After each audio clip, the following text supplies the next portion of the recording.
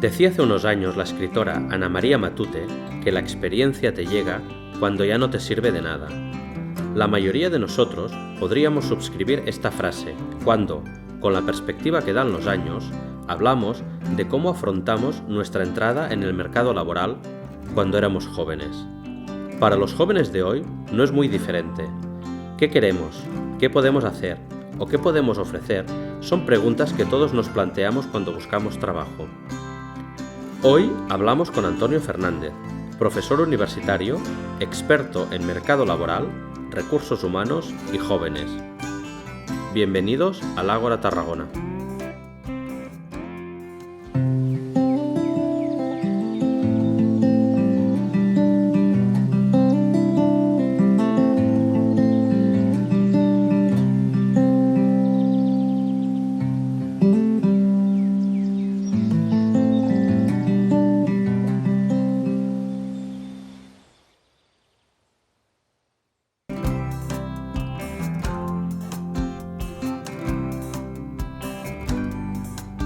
El doctor Antonio Fernández és professor en la Universitat Rovira i Virgili y en la Universitat Oberta de Cataluña.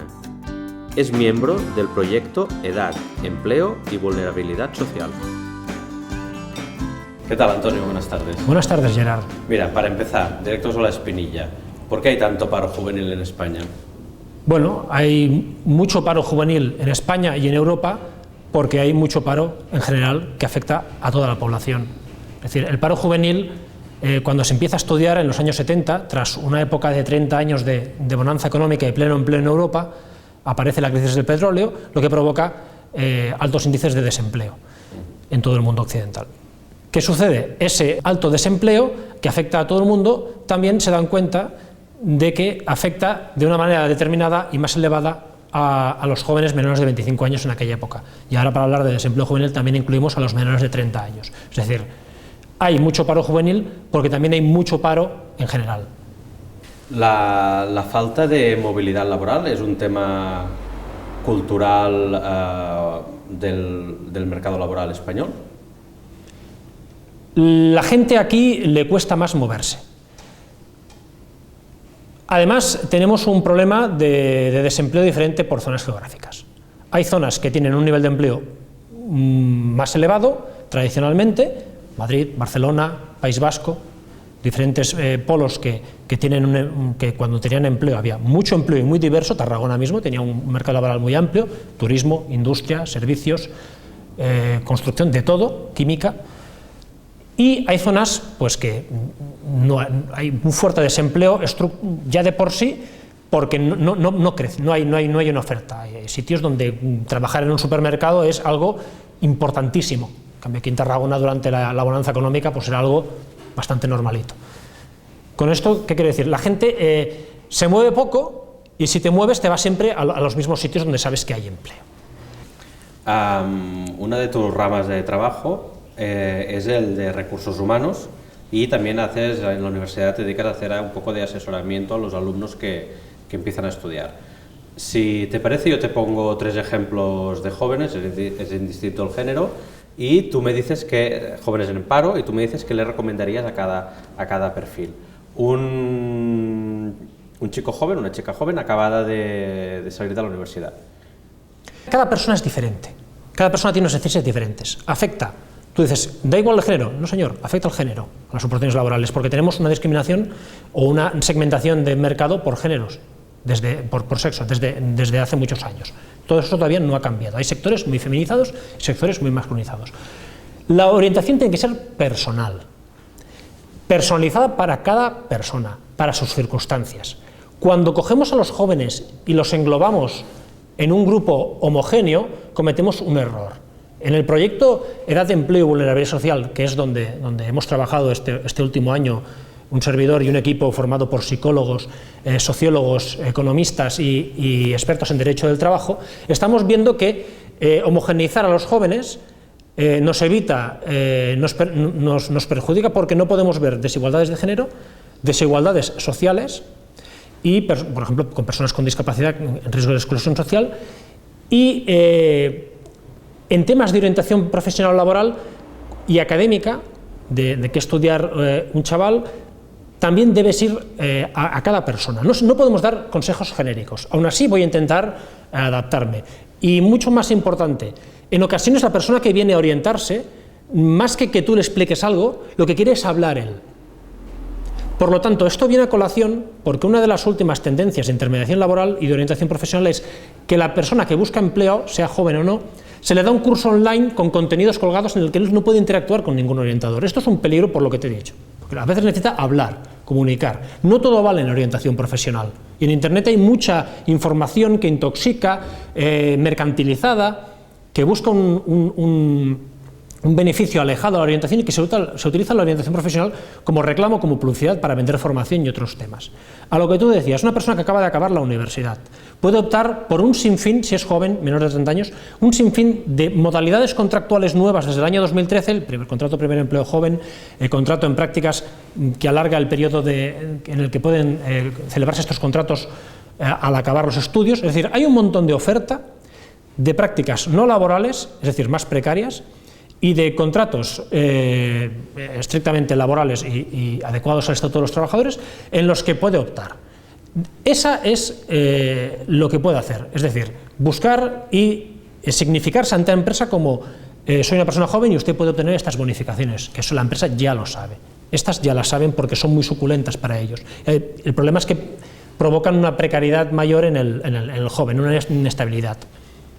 Mejorar los idiomas, pese a que ahora con la universidad ya sales con un nivel B2 del marco europeo de referencia de lenguas, mejorar mucho el idioma, sobre todo el inglés, también para irse al extranjero a trabajar. Ha aumentado muchísimo los jóvenes que salen fuera a trabajar porque aquí no encuentran trabajo, no porque digan desde el ministerio que quieren vivir aventuras. En España no queremos vivir aventuras yendo a otros países, nos vamos fuera a trabajar. La gente joven se va fuera a trabajar porque aquí no hay trabajo.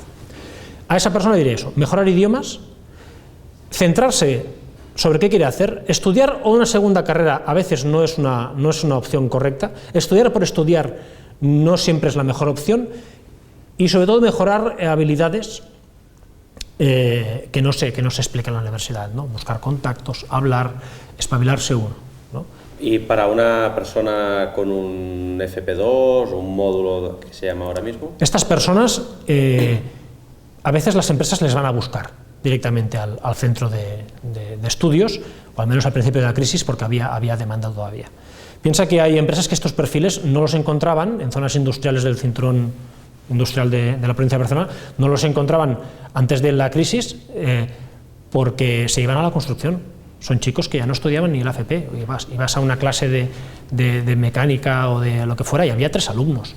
Nos explicaron en unas entrevistas que hicimos en 2011 y todo eso ya ha ido cambiando. Esta persona puede optar a una carrera universitaria o buscar trabajo directamente en zonas industriales o depende del sector. Lo tiene más fácil incluso en algunos sectores más que una persona con una titulación. De hecho hay personas con titulaciones universitarias que están yendo a estudiar formación profesional porque ven que tienen más opciones. Cierto. Y el ejemplo de personas sin estudios, un chico joven sin estudios. Una persona sin estudios, lo que yo haría es ver por qué una persona con 18 años no tiene la ESO, por ejemplo, averiguar por qué, hay problemas en la familia, es un nini, es una persona que ni estudia ni trabaja porque no quiere hacerlo, que es lógico en esas edades. Luego hay otro tipo de nini, que es el que has dicho al principio, acaba la universidad, busca trabajo y no lo encuentra. Tampoco puede estar estudiando perpetuamente. Este es un nini muy involuntario. Y el otro nini quizás es más la edad, la inmadurez, le provoca no tener claro.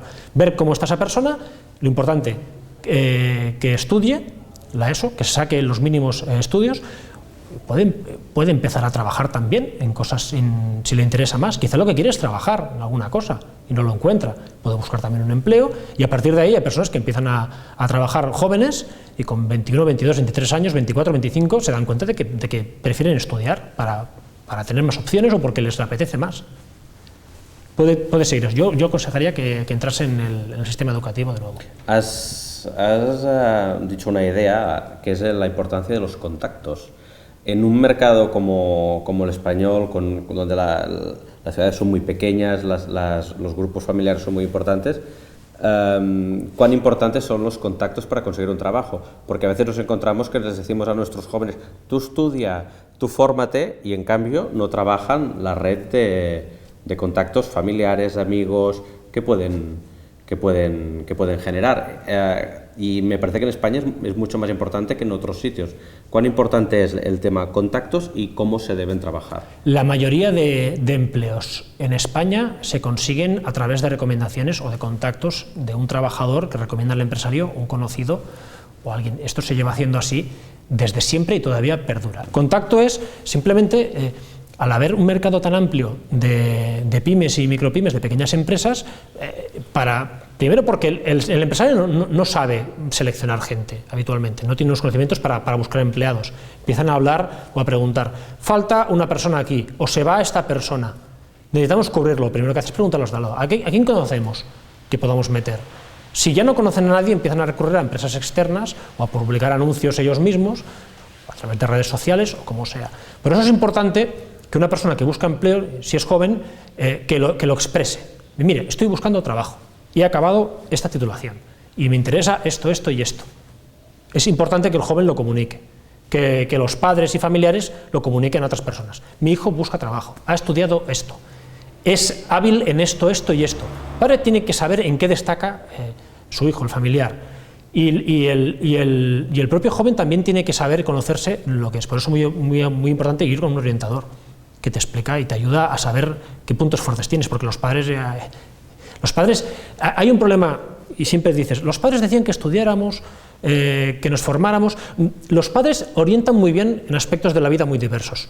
No consumas drogas, esta persona no te conviene, pero en el tema de mercado laboral no son especialistas, no lo conocen. Hablan mucho por su experiencia, por cosas que hace 30 años funcionaban y ahora no. Hace 30 años también costaba que un joven empezase a trabajar, pero era muy corto, el plazo era más corto. Entrabas de aprendiz en un negocio y te consolidabas rápidamente, de forma muy precaria también, como ahora, pero iba más rápido. O si la familia tenía posibles y tenía un nivel alto elevado, pues ya le contactaban y lo metían en alguna empresa después de su paso previo por la universidad. Ahora todo eso cuesta más. ¿Cómo se debe buscar trabajo? Lo ideal, dicen que la mejor forma de buscar trabajo es cuando uno tiene, pero no nos engañemos, esto nadie lo hace. Entonces, una persona que no tiene trabajo, ¿cómo se debe plantear la búsqueda de trabajo? Sobre todo, brevemente. Es complicado porque, ya te he dicho, cada persona, y me gusta mucho hacer hincapié en esta situación. Es decir, no podemos hacer un tutorial en un minuto de cómo buscar empleo.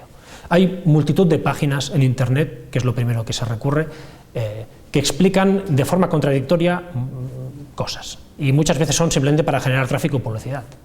Esto hay que decirlo. A mí me indigna bastante, por eso lo denuncio. Lo primero, conocerse a sí mismo, ver qué posibilidades tenemos, ver nuestro entorno laboral. La empleabilidad, aunque desde instancias gubernamentales se nos dice que la empleabilidad es la capacidad que tienes como persona para conseguir un empleo por tus aptitudes, competencias y capacidades.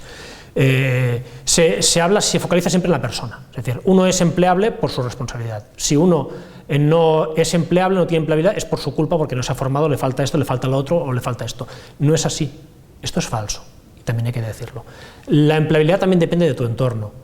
Si vives en un pueblo, en un entorno rural donde no hay oportunidades de empleo, es más complicado. No podemos culpabilizar. Lo primero que hay que hacer es que una persona que busca empleo no debe culpabilizarse a sí mismo, ni debemos culpabilizarle, ¿de acuerdo? Porque no depende de esa persona, al 100%. Bueno, y para acabar, si te parece, te vamos a hacer una serie de preguntas rápidas y tú dices lo primero que te pase por la cabeza y que no sea censurable. Despido. Una forma habitual de resolver los problemas en la empresa española. Currículum vitae. Necesario para buscar trabajo. Millennial. Un joven de menos de 30 años al que se le atribuyen unas competencias profesionales que no tienen por qué ser reales. Gurú del emprendimiento. Es una persona que vive de hablar de emprendimiento sin emprender él mismo. Muy bien. Y por último, este programa se llama Agora Tarragona, entonces te pedimos que pidas un deseo o un pensamiento, lo primero que te pase por la cabeza, sobre Tarragona. Bueno, pues me gustaría que en Tarragona hubiera empleo de calidad, que no lo hay, y que las empresas que se llenan de boca hablando de empleo en Tarragona dieran ese empleo de calidad a jóvenes y a no tan jóvenes.